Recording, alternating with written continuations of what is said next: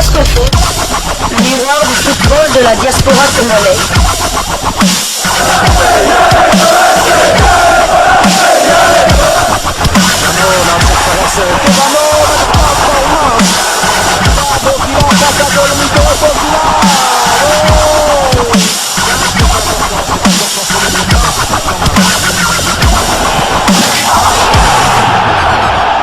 Diasco Foot, le miroir du football de la diaspora congolaise.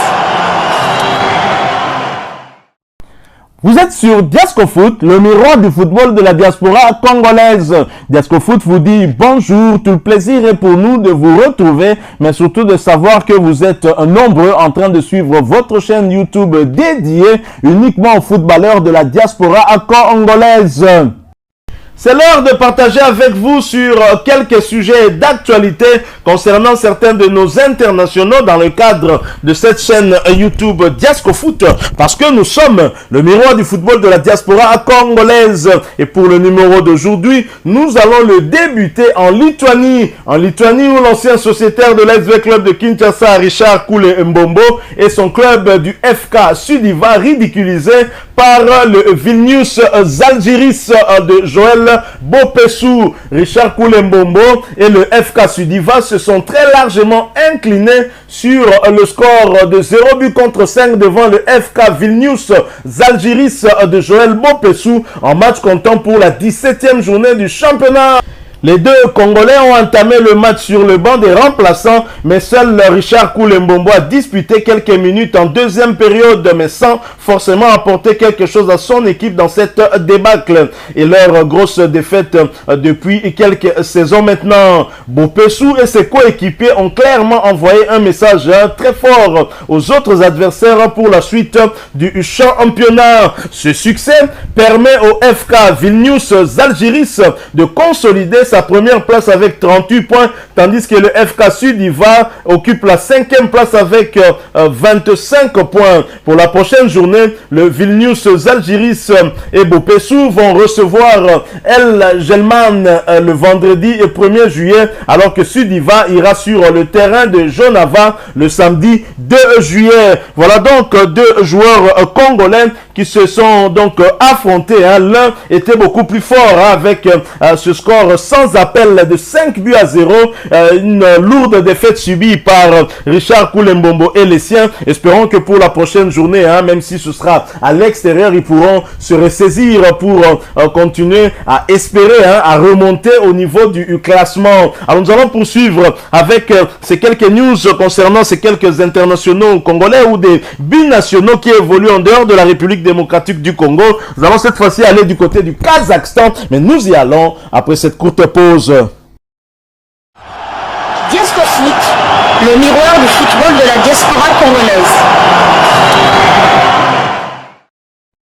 En première division du Kazakhstan, Jordan Nkololo et le Kizilzar Petrovalovsk trébuchent devant le Tobol Kostanay après 7 matchs sans revers. L'international congolais Jordan Nkololo et son club ont été défaits sur le score d'un but contre 3 par la formation de Tobol Kostanay, deuxième au classement avec 24 points, et cela en match comptant pour la 14e journée du championnat. L'ailier international congolais a fait son apparition au milieu de la deuxième période de cette explication. Ils ont eu énormément de problèmes devant leurs adversaires du jour qui ont bien joué leur coup à l'extérieur en plus.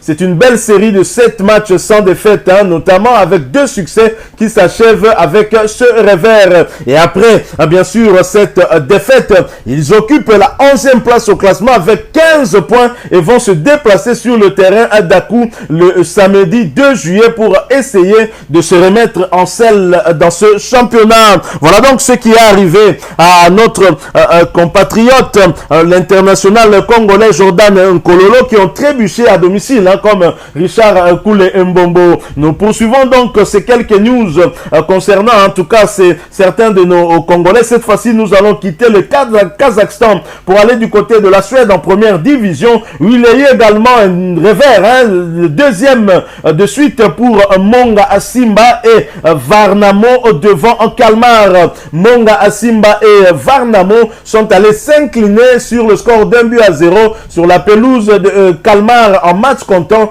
pour la 11e journée du championnat. Le jeune attaquant congolais qui a été prêté avec option d'achat cette saison par le Brann Bergen, équipe de 2e division de Norvège, a disputé les dernières minutes de cette explication. Comme un peu en Norvège, il a du mal à se frayer un chemin au sein de l'effectif bien étoffé de cette formation. Il n'a disputé que 3 matchs depuis son arrivée, ce qui est clairement minime pour que son option d'achat soit levée. Ils occupent après ce revers la 12e place au classement pour le moment avec 12 petits points et vont tenter de se relancer lors de la prochaine journée avec ce déplacement sur le terrain de Varberg.